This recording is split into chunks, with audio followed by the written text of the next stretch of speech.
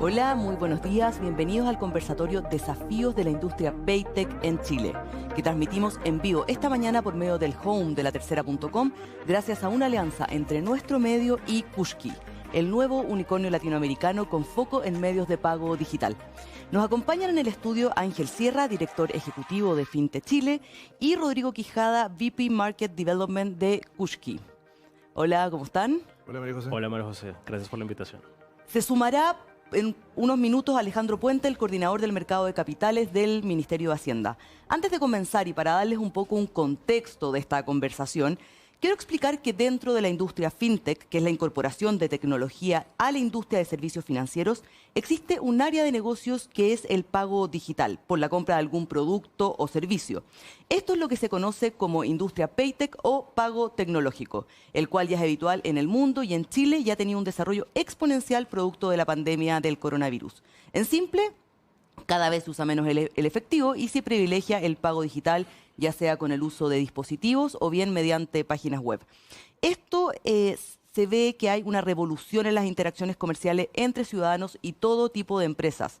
De hecho, datos oficiales dan cuenta de que los comercios pequeños pueden ver incrementadas sus ventas entre un 35 y un 40% por el solo hecho de adoptar este tipo de tecnologías. No obstante, aún queda mucho camino por recorrer, sobre todo hacia los barrios más apartados de las grandes ciudades y en sectores rurales. De ahí que surgen desafíos que nos deben ocupar como país en materia de inclusión financiera. La idea es profundizar la bancarización, la protección de los datos que van a esas transacciones y aumentar la competencia en esta industria para bajar los precios. En definitiva, el objetivo que se busca es la democratización segura de esta tecnología que facilite la vida a las personas y que otorga una herramienta insustituible a comercios pequeños y medianos. Detrás de cada maquinita que uno ve en un almacén de barrio, en el retail o en las transacciones que hacemos mediante nuestros teléfonos o computadores cuando pagamos la cuenta de nuestro hogar, existe un desarrollo tecnológico sofisticado basado en la interoperabilidad, open banking y otros conceptos que vamos a ir desarrollando en este conversatorio. Para dar el puntapié inicial a esta conversación, quería partir por ti, Ángel. Básicamente, que nos explique un poco el contexto de esta ley FinTech que se aprobó hace algunas semanas en el Congreso Nacional.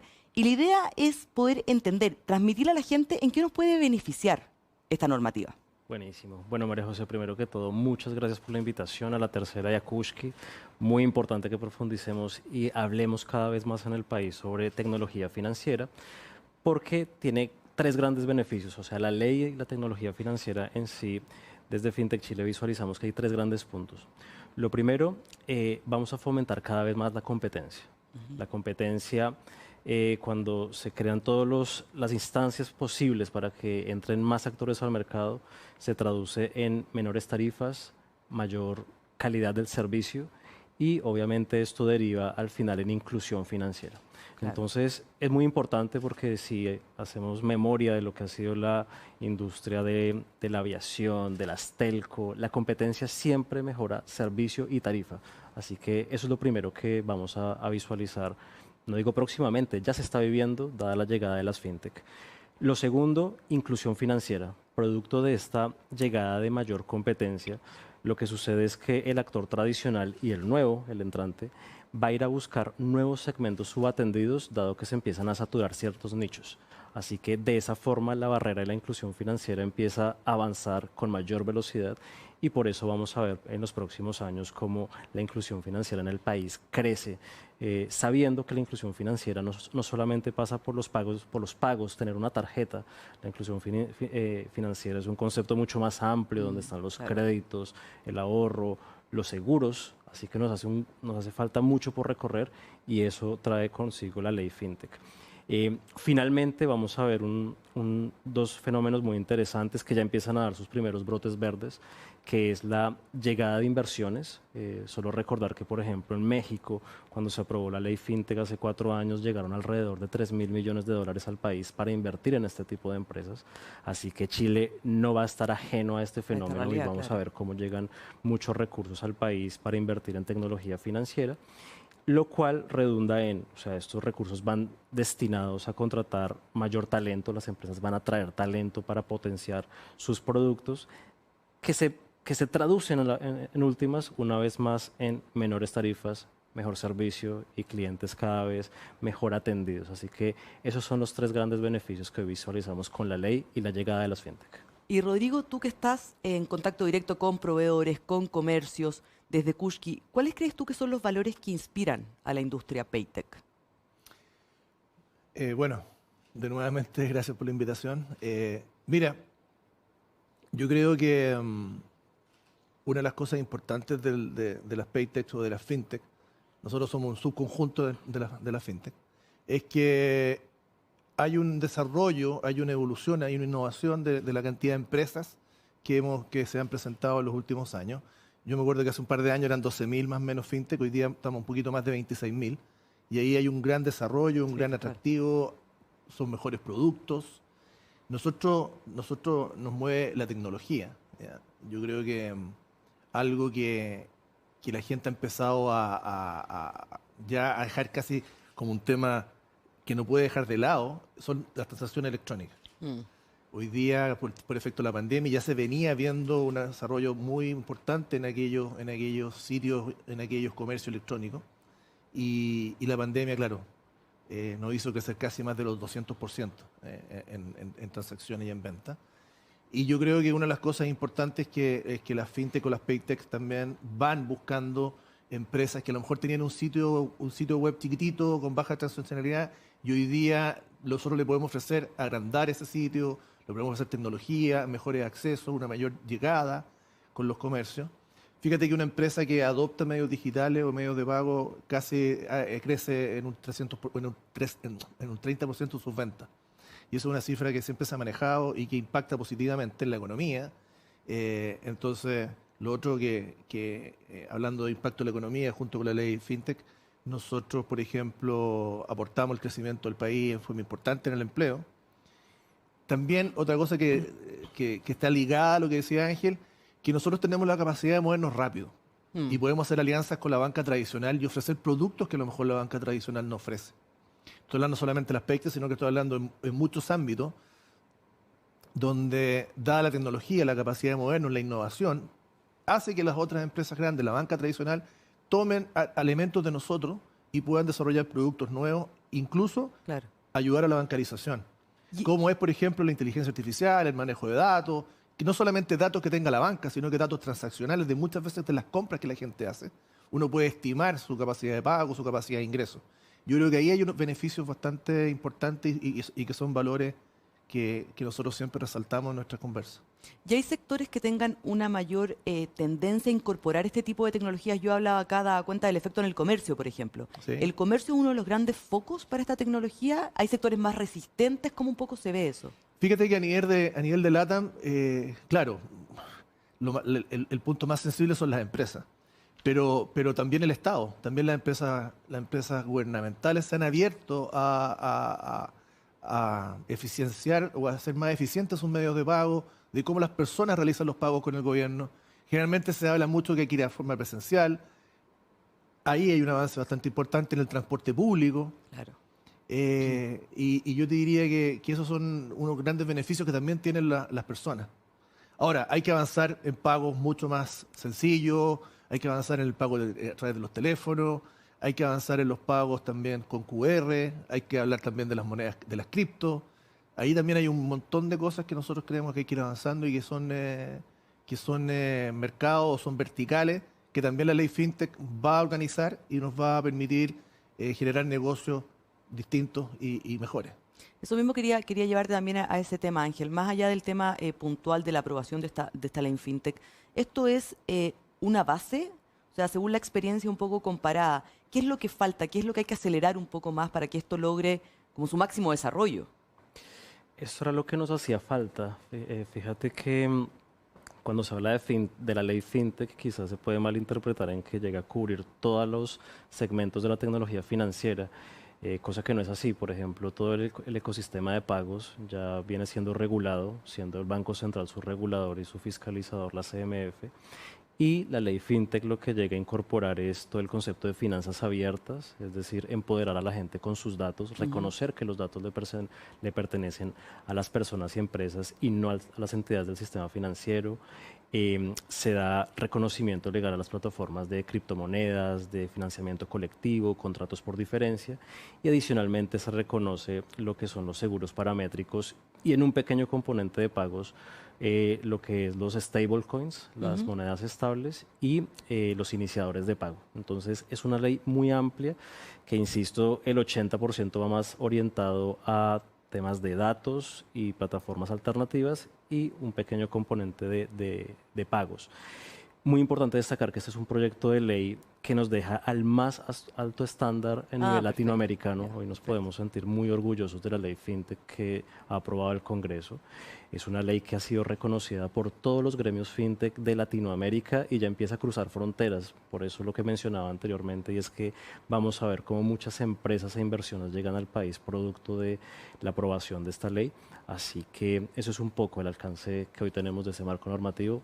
Y quedamos al día con toda la región y con estándares mucho más altos. Quedamos inclusive quedamos con el checklist. Sí, absolutamente. Sí, y lo otro importante es que fue una ley muy conversada, muy consultada. Se llamó a muchas personas a marcar su opinión.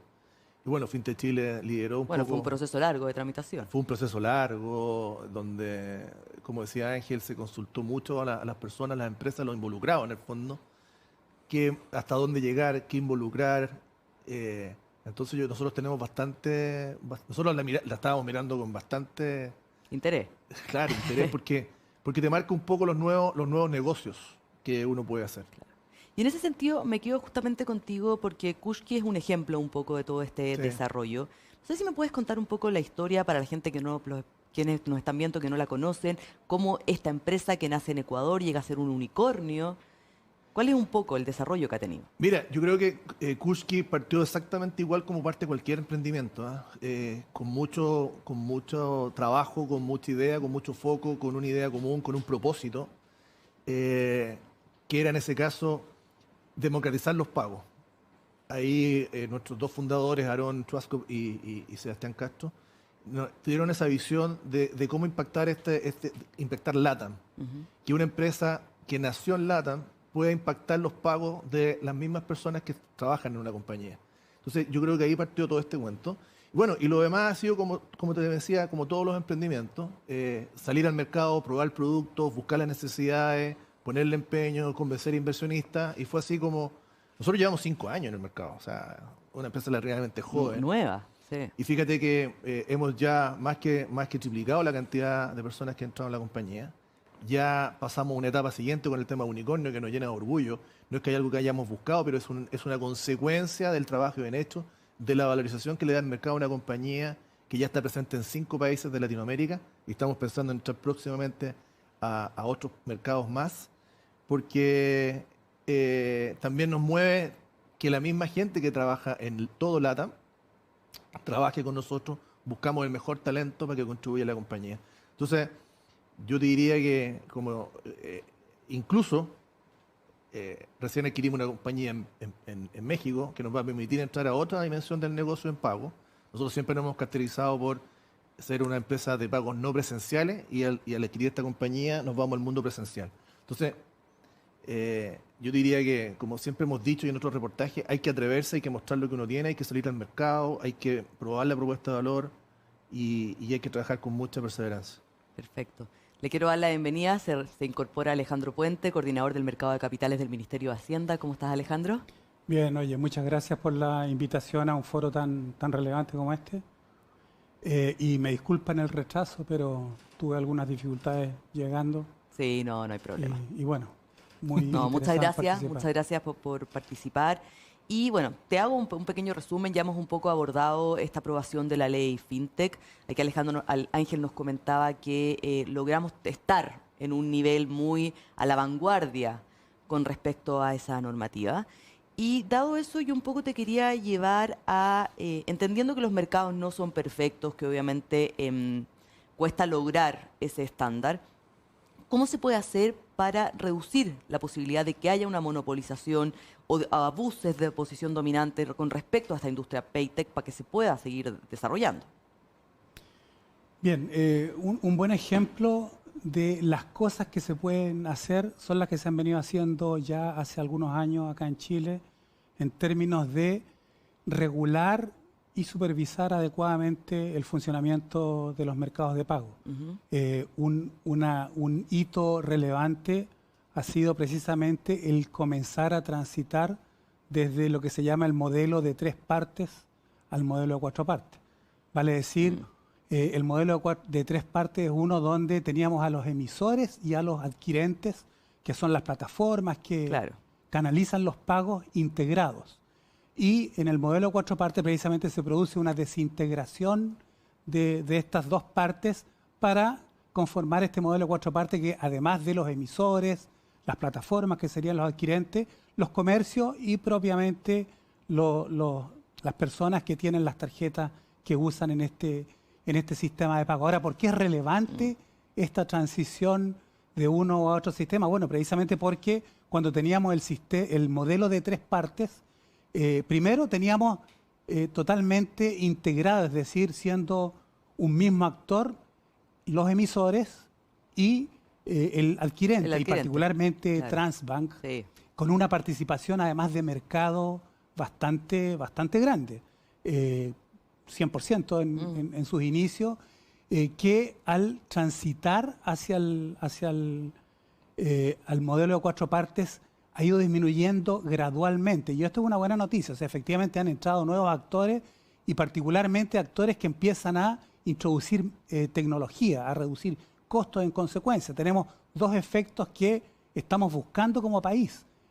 Mejorar en términos de la productividad con que se realizan las transacciones económicas y también hacerlo a más bajo costo y en consecuencia incluyendo a más personas a todo el sistema de pago. Y esto, por cierto, es una de las cosas que planteó la OECD en su último informe, que Chile tenía 2 temas pendientes. Uno muy relevante es el problema de la productividad y otro el de la competencia. Y precisamente el avance en el sistema de pagos, por ejemplo, con la constitución del Comité para la Fijación de la Tasa de Intercambio, es precisamente apunta en ese sentido, a mejorar la productividad y la competencia. Este es un tema bien complejo, pero bueno, es y en ese importante. sentido, ¿cómo juegan en esta ecuación los conceptos de Open Banking y interoperabilidad para poder justamente lograr potenciar un poco esta competencia?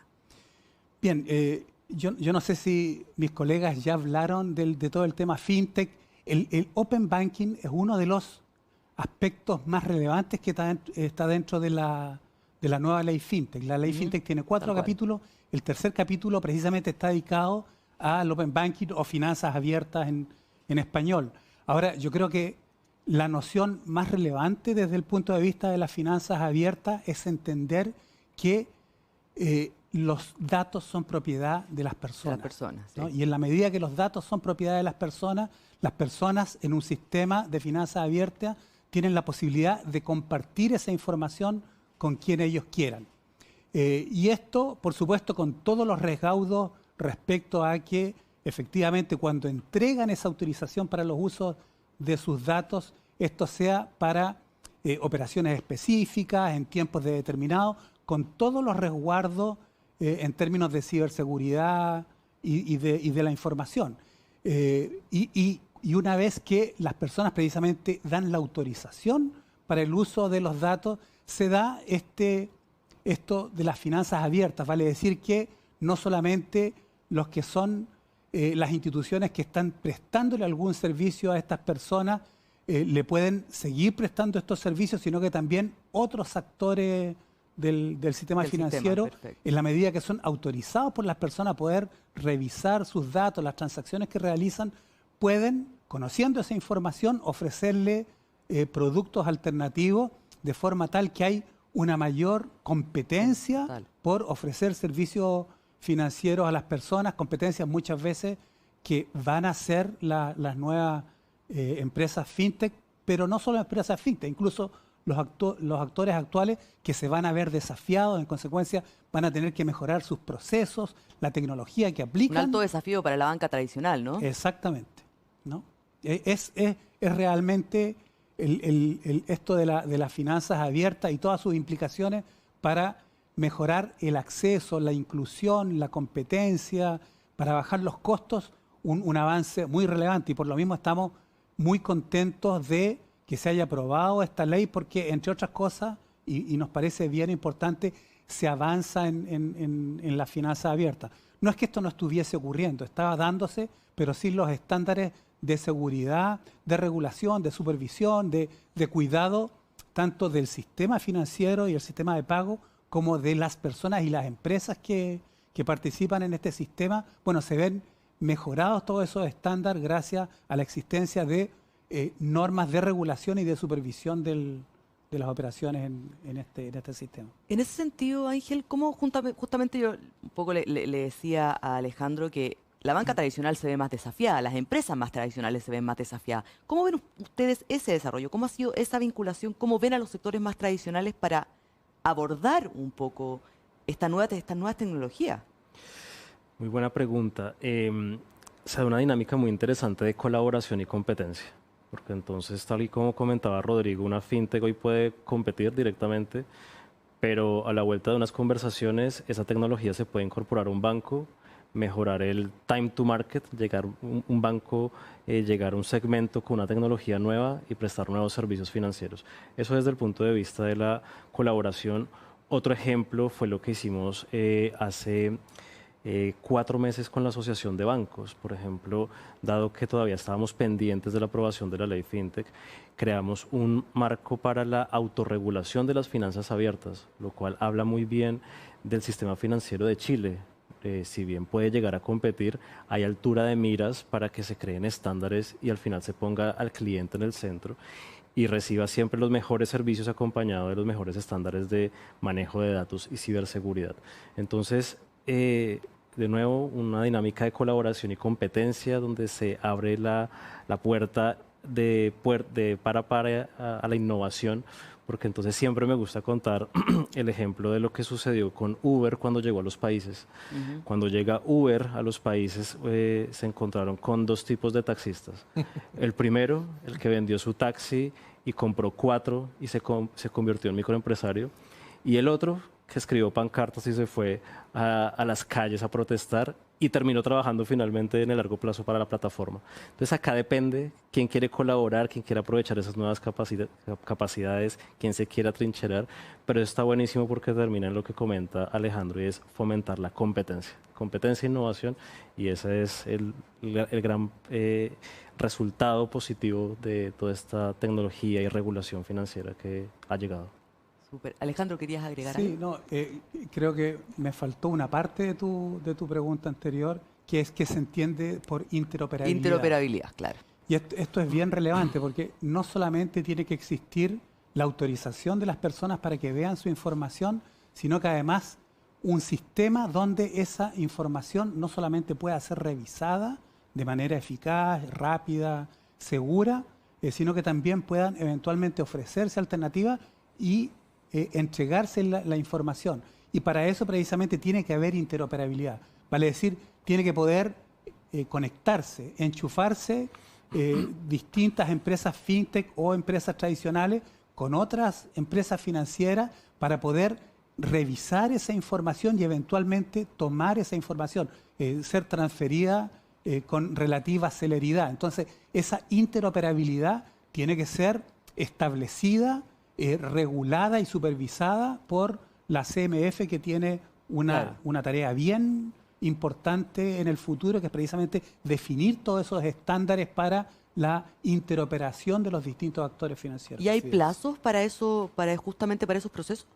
Sí, 18 meses en el caso de las empresas las tradicionales, las empresas financieras tradicionales, es decir, de desarrollar toda esta herramienta y eventualmente que pueda haber esa interconexión. Ahora la CMF tiene que ir precisamente fijando hitos y reglas para que se vaya avanzando en este proceso.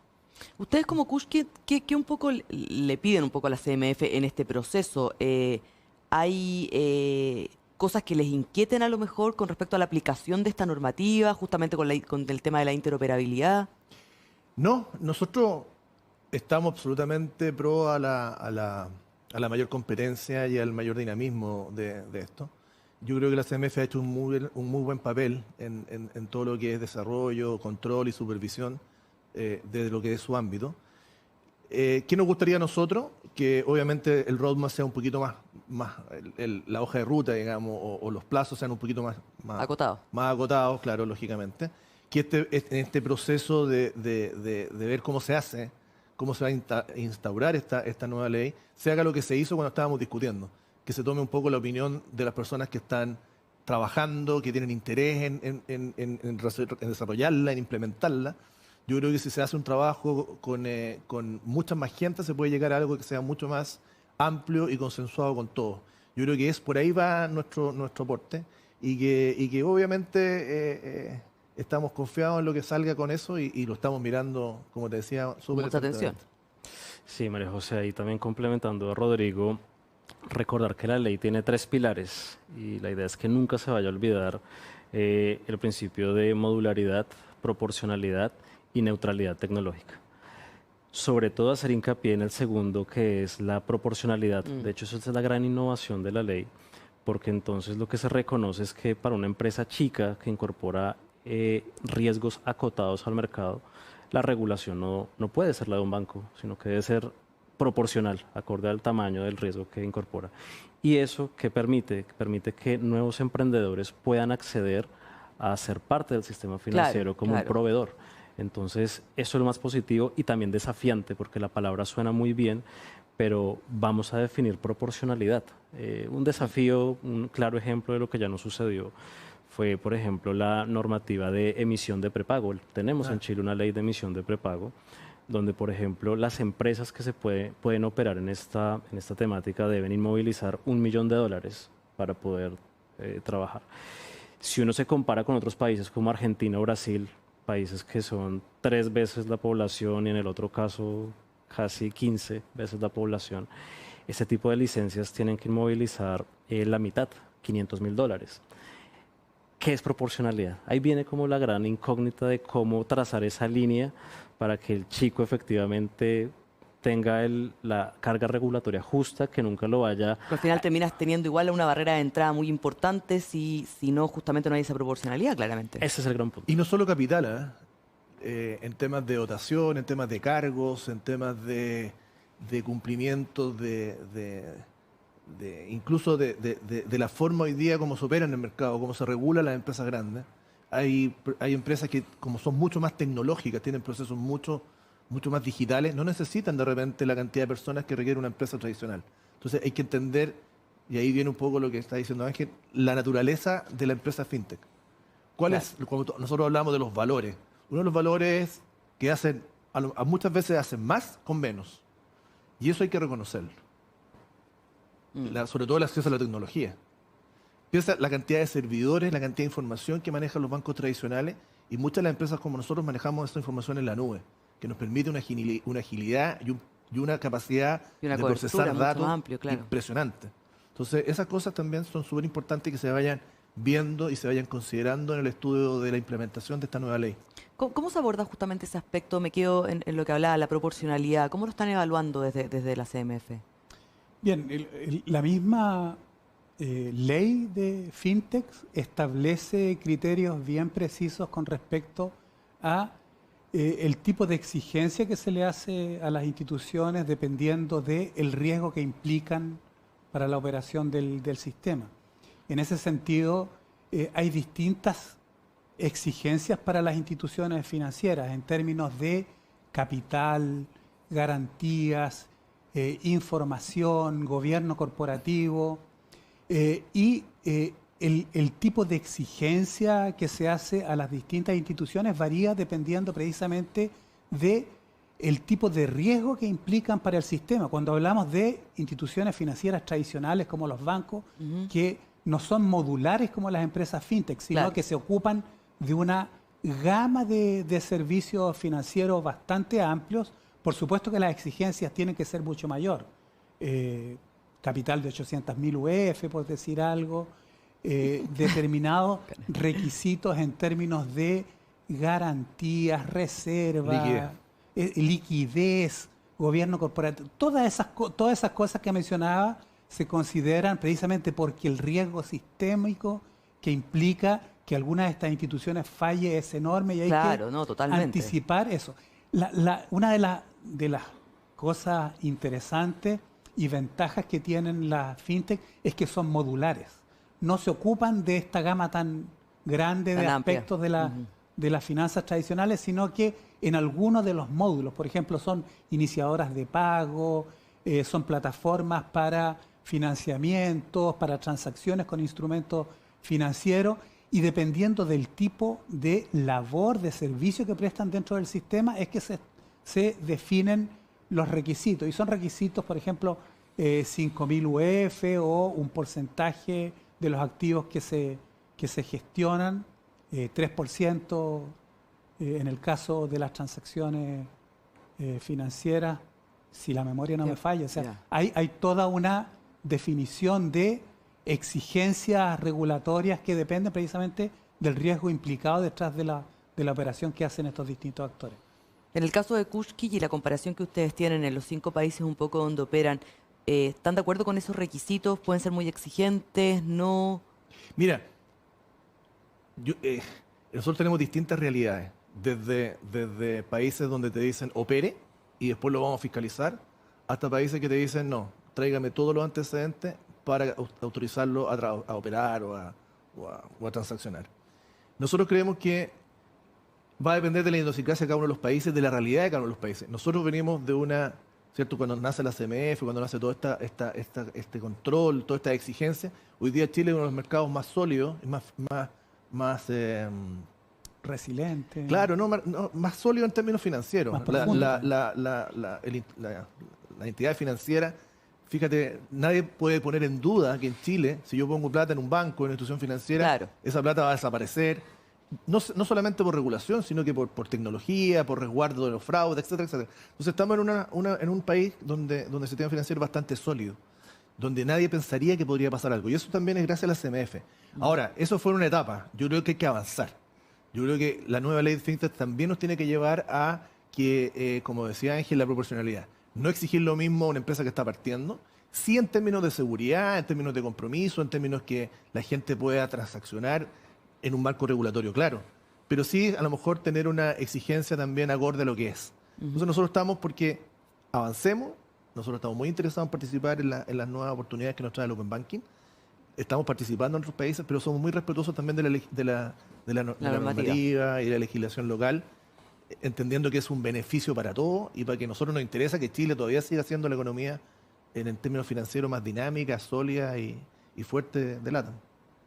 No, relacionado con esto mismo que plantea mi colega, una de las virtudes que tiene la ley FinTech es que intenta ser lo más flexible posible, precisamente por el dinamismo que tienen todas estas nuevas tecnologías en Claro. alterar el funcionamiento de los mercados. Entonces, en ese sentido, hay aspectos tan relevantes como lo que mencionábamos anteriormente, la interconexión, la interoperabilidad, que no están definidos en la ley FinTech, sino más bien se dejan para que la CMF los vaya definiendo en normas. ¿Por qué?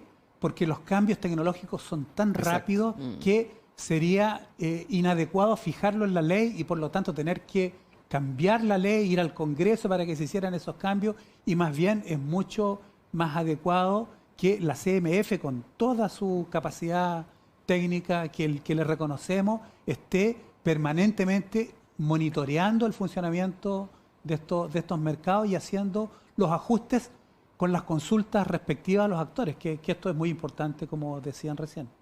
Ángel, y se maneja, algo hablábamos al comienzo de la conversación, pero ¿cómo es esta industria Paytech y FinTech en Chile? ¿Cuántas empresas son? ¿Cómo ha ido creciendo? ¿Cuál es un poco ese mercado?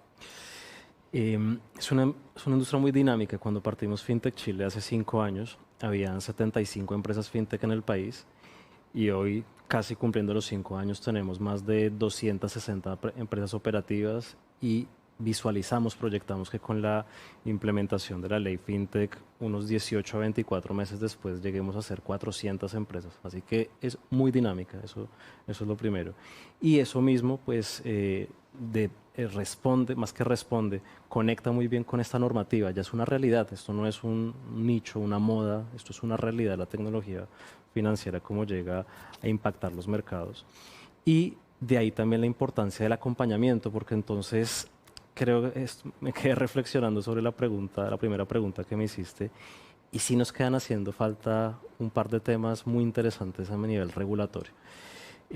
Lo primero, y allí felicitar a Alejandro, a todo el equipo del Ministerio de Hacienda que vienen liderando esta cruzada, el proyecto de ley de deuda consolidada. Entonces hoy tenemos Pero un tema llevamos de este tamaño. 12 años. 12 años, ¿no? 12 años estamos esperando, y ahora sí que ya no da más espera. Ya cuando tienes 400 empresas entrantes que hoy tienen una muralla gigantesca porque no hay deuda consolidada, se hace más evidente que nunca la urgencia de este proyecto de ley que hoy avanza en el Congreso y ojalá veamos luz próximamente. Y un segundo proyecto que hoy no ha tenido tanta luz, o sea, tanto brillo, pero que está allí, ya entró al Congreso y muy interesante que le sigamos haciendo seguimiento, es el proyecto de ley de resiliencia del sistema financiero. Nuevas capacidades para los nuevos actores, porque entonces sí nos quedamos con el chip de finanzas, banco, y ya como estamos hablando en este conversatorio, eso ya no es así. Hoy es finanzas y proveedores de servicios financieros, siendo bancos, fintech, Claro. mutuarias, es un universo de nuevos proveedores, y por ende por allí también podemos con ese proyecto de ley aspirar a que, por ejemplo, los servicios del Banco Central, el fondeo, no sea únicamente para bancos, sino que sea para cooperativas, para cajas de compensación, para fintechs, ¿por qué no? Y esto va a derivar en costos de financiamiento más bajos para las personas y empresas. Exacto. Entonces, sí, hacen falta cosas, pero lo importante es que están en la agenda del ministerio, están trabajando en ello, por no dejar de mencionar también el Banco Central, que está en modo Sí, fintech, claro.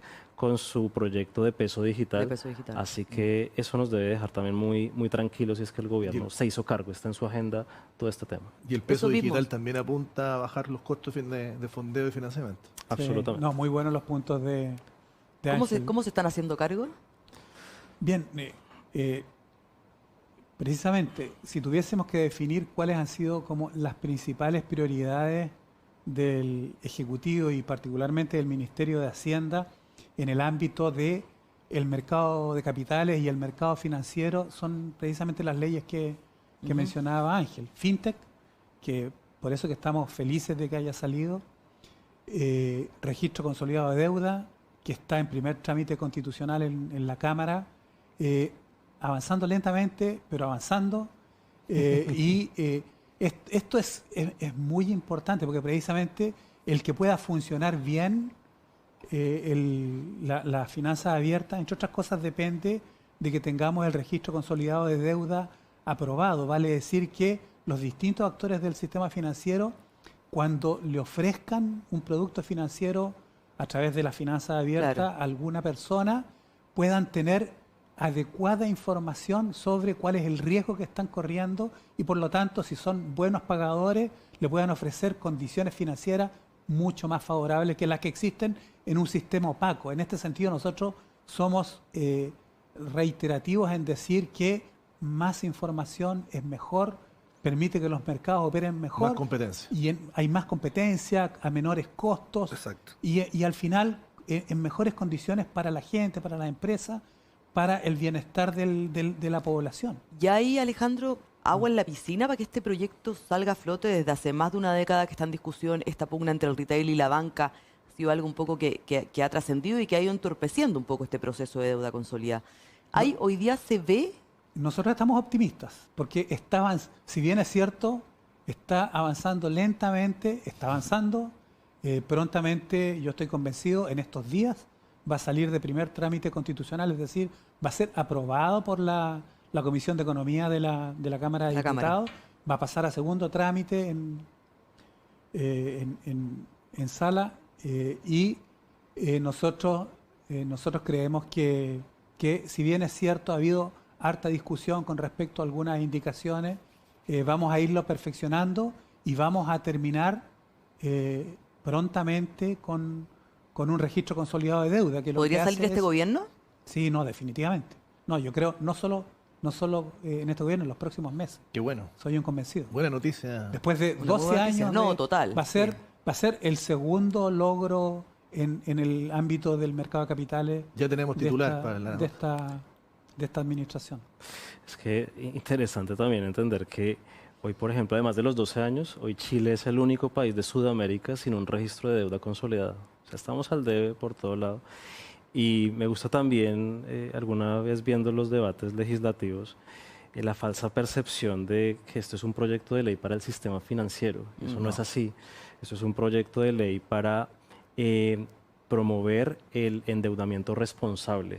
Claro, es que ha sido un poco lo que ha dicho siempre el retail, como que esto es para la banca. Entonces, eso no es así. Hoy la realidad es que en la medida en que hayan más hilos de información, los proveedores de servicios financieros deben subir sus tasas de interés porque están asumiendo riesgos de asimetrías de información. Entonces, en la medida que desaparecen o se mitigan esas asimetrías de información, la gente y las personas y empresas van a poder acceder a mejor financiamiento. Entonces, muy urgente que nuestro Congreso conecte con este impulso que le ha dado el gobierno para que tengamos un registro de deuda consolidado muy prontamente.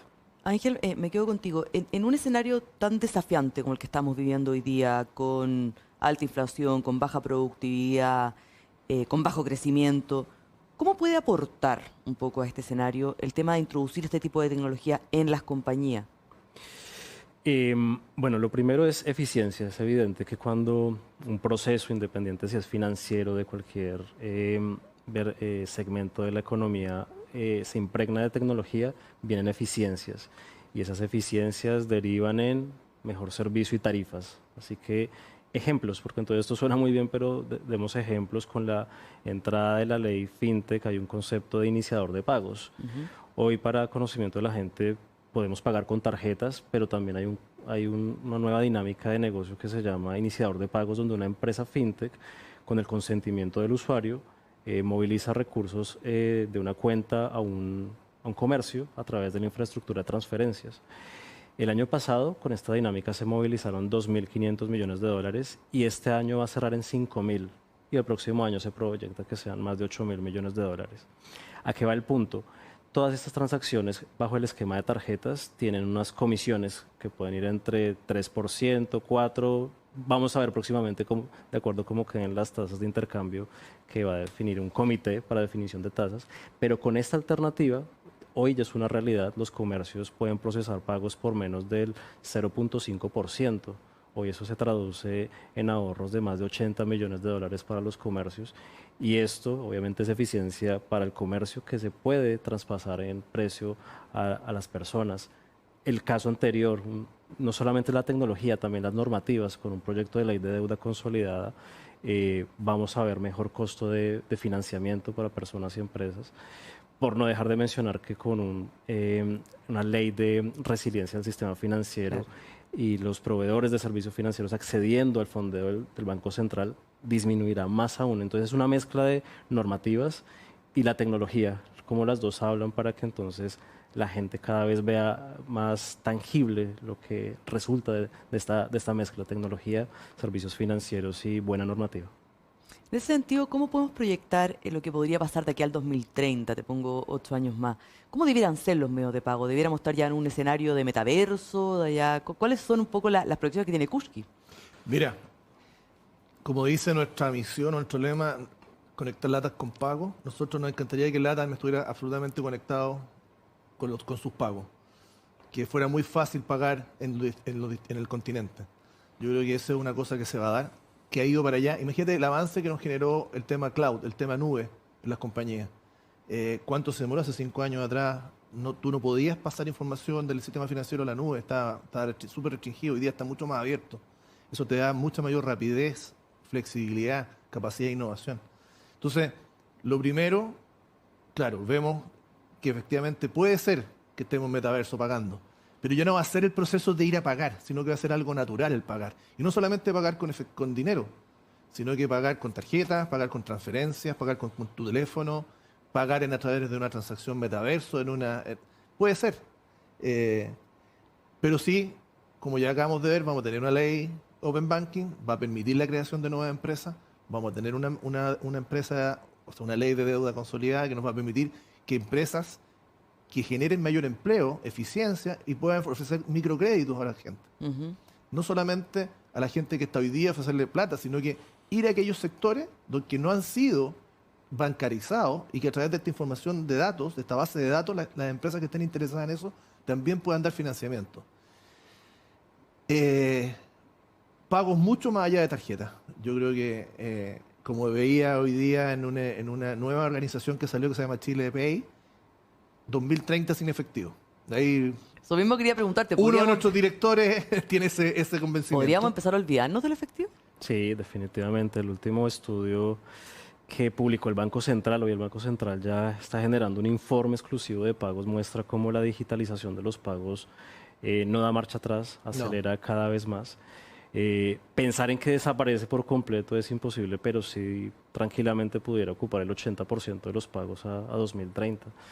Y eso es muy positivo porque hoy, dicho por Naciones Unidas, el efectivo hoy es un verdugo, es un enemigo. Hoy a través del efectivo se presta para la informalidad de la economía, el negocio de armas, drogas, entre otros, bajo recaudo tributario. Cuando se digitaliza el efectivo, obviamente ya empieza a ser es mucho más fácil trazarlo, tanto desde autoridades de regulación como de impuestos.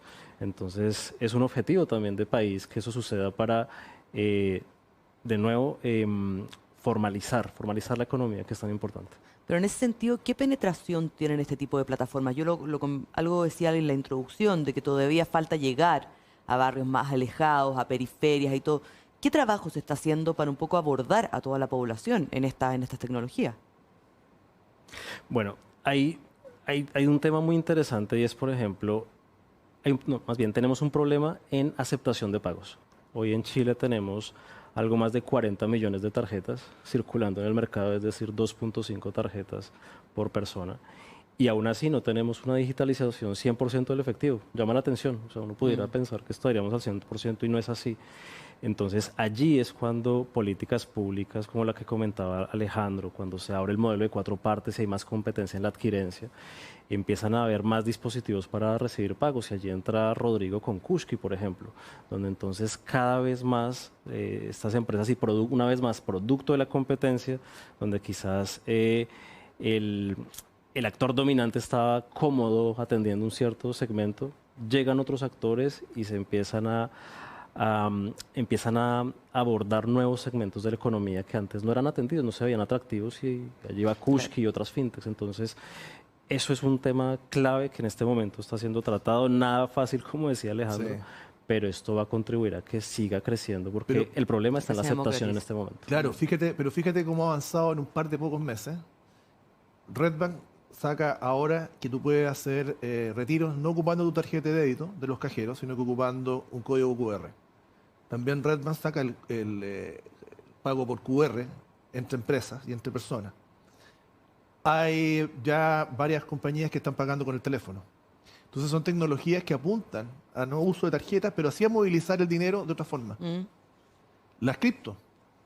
Ya vemos que países vecinos ocupan las cripto, ya existen cajeros de cripto, ya puedo retirar mis monedas. No te extrañes que ya van a salir las billeteras, van a salir los pagos a través de cripto, a través de transferencias. El dinero se va a ir moviendo mucho más rápido, a mucho más bajos costos, y eso en definitiva es beneficio para todos.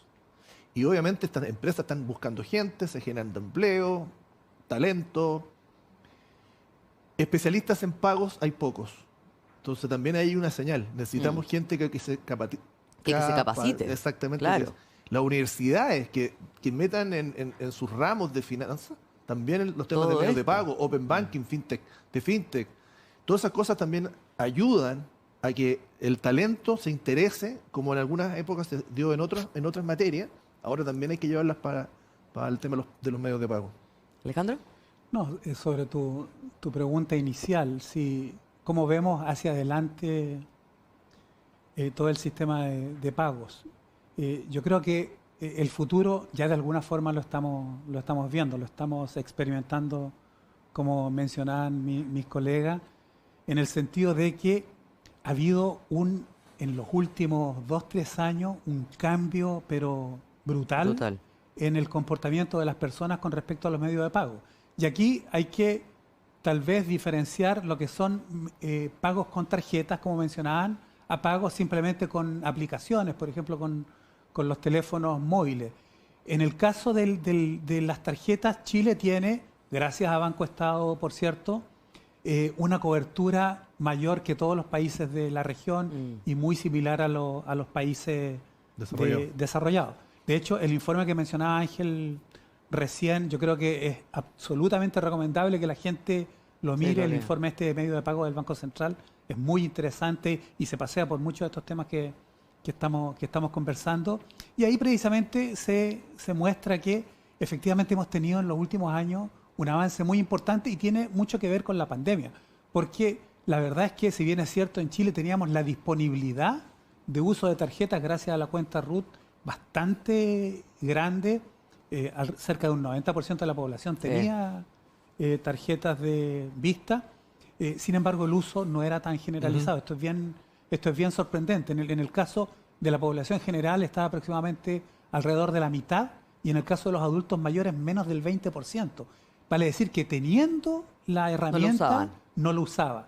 Y aquí había también algo de desconfianza. En parte, problemas de educación financiera y en algunos casos de desconfianza, sobre todo en los jóvenes. Y una de las cosas buenas, podemos decir, que trajo la pandemia es que obligó a mucha gente a involucrarse en este mundo.